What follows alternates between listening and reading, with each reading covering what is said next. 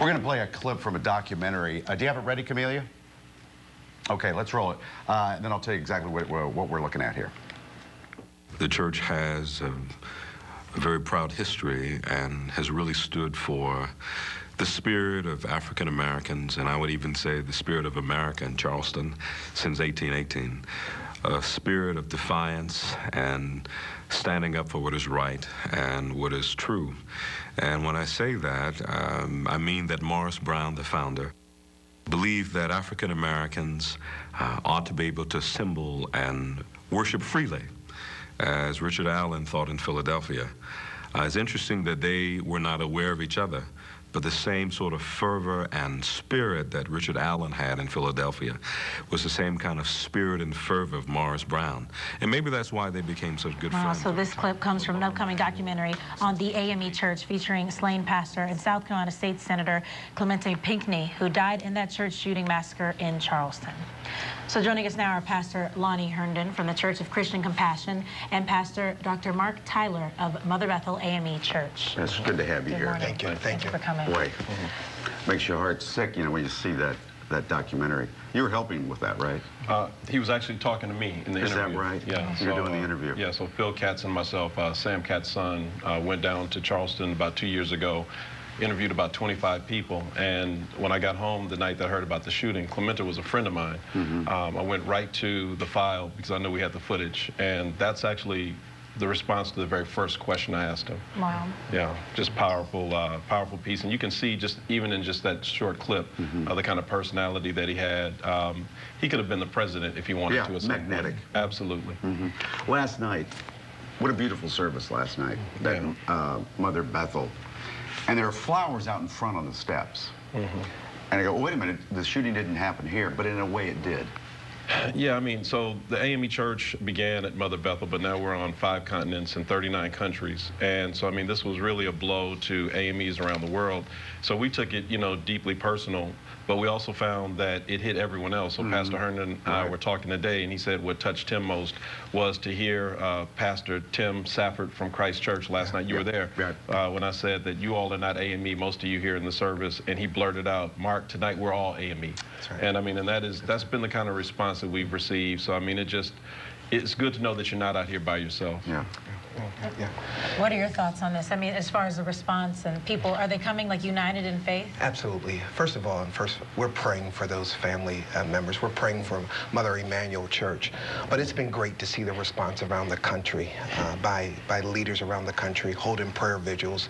There has not been an outcry of violence, but there's been the joining of hands and praying together and helping to heal and helping those families really to get to this difficult moment. You have, what, 3,000 people at your church? What message are you going to give them, like especially on Sunday? How do you explain it? Can you?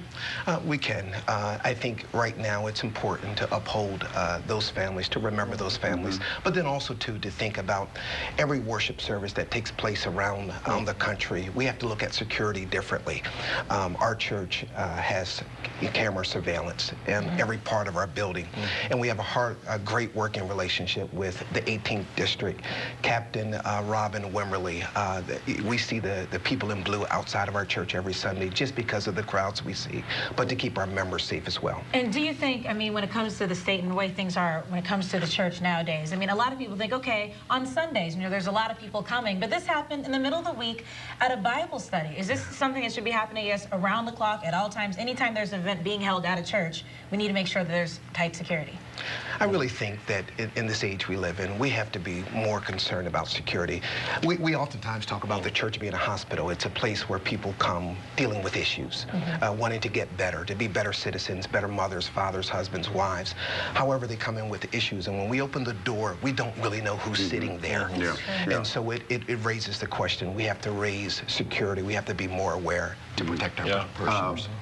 Pastor Tyler, I know just after this happened, we had you on the air yesterday morning. I mean, just after we got the news, and you were saying maybe I struggle a little bit what to say to your, you know, congregation. But you really came up with some beautiful words last night. You know, the last thing we need to have is somebody's faith shaken by this. How could God let this happen? How do you answer that question? Yeah, so I've been holding on to the name of the church in South Carolina. It's Mother Emmanuel.